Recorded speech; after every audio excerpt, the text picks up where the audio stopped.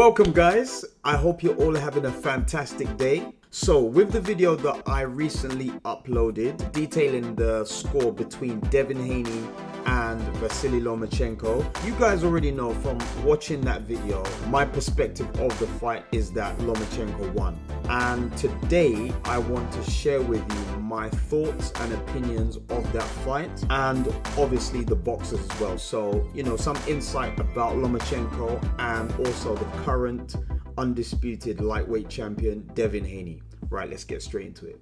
So to begin with, Teofimo Lopez beat Lomachenko. That was a clear and decisive victory. Teofimo Lopez controlled the tempo of the fight. He used his jab well, and also compounding with that, Lomachenko used the incorrect strategy of trying to stay on the outside and figure Teofimo Lopez out. That just took too long. However, when we look at the fight between Devin Haney and Lomachenko, Devin Haney did not win that fight.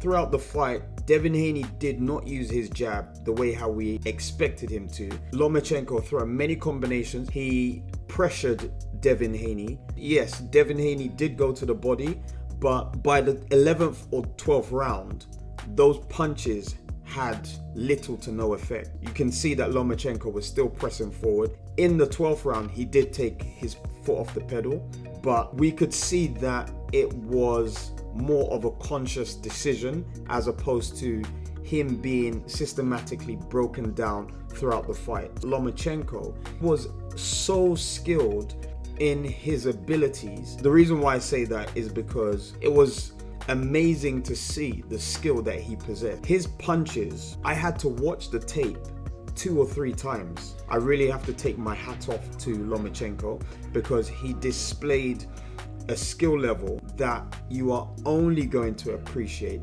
if you get to rewind the video and watch it on slow motion. Devin Haney, I give praises to him as well because he's a young champion. Both of those fighters, I cannot fault them in a way to say that they were the reason why the fight left a sour taste in our mouths. It was really at the point of looking at the judging and the CompuBox that I realized that this fight was tainted. Now, the judging is highly subjective. It depends on what you can see from the perspective of where you're sitting as a judge. Also, the CompuBox is not some elaborate computation where sensors are placed on the boxers and you have this computer analyze. It's literally humans pressing buttons, and those inputs are then fed into a calculator that then records the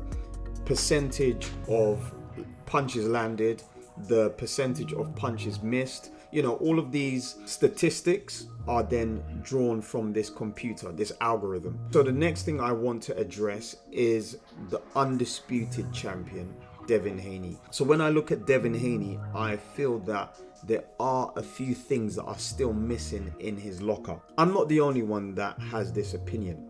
I didn't personally see undisputed talent. Well, what stuck out? Why don't you see undisputed talent? I understand why Haney is not a puncher, because he doesn't punch properly, and I'm not trying to, rain on nobody parade, but truth be told, man, these young guys aren't getting the lessons, bruh.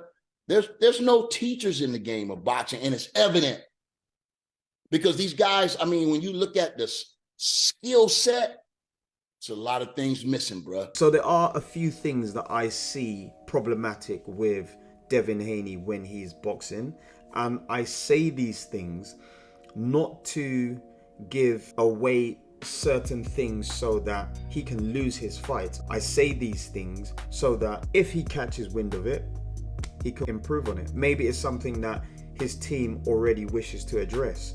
But the primary reason why I highlight these things is because for you guys that are followers of my channel, I believe that you will watch this fight and you will think, okay, yeah, how do I need to look at these boxers? Now, when you go back and watch these fights, you will see these errors that I try to highlight. Now, one of the things that I saw within the fight that Devin Haney was lacking is his dimensionality. He was too one-dimensional. His approach to Lomachenko was always the same.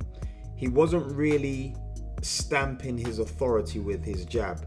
He was looking for counters, almost like he was too afraid to engage Lomachenko. What he needed to do is set up more attack and counter-attack situations, use his footwork, look to slip more, change his rhythm, his pattern, search for angles, and create more opportunities, which would have Lomachenko thinking more about his opponent. So the second thing that I believe Devin Haney had a problem with is range. Now, too often I saw Devin Haney either rushing in with a double jab and then a single attack to the body, where he hasn't controlled anything. He hasn't set himself up to, have opportunities. So that was more of a forced opportunity out of range. So at range, he hasn't really established anything. And that is where the fight exists.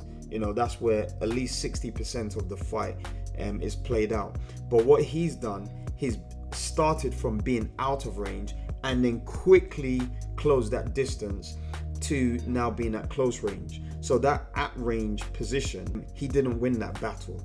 The second thing that he did when he was at range, he was totally unaware of Lomachenko throwing his jab. There were many situations where Lomachenko would throw a jab and Devin Haney is not reacting to the jab being thrown.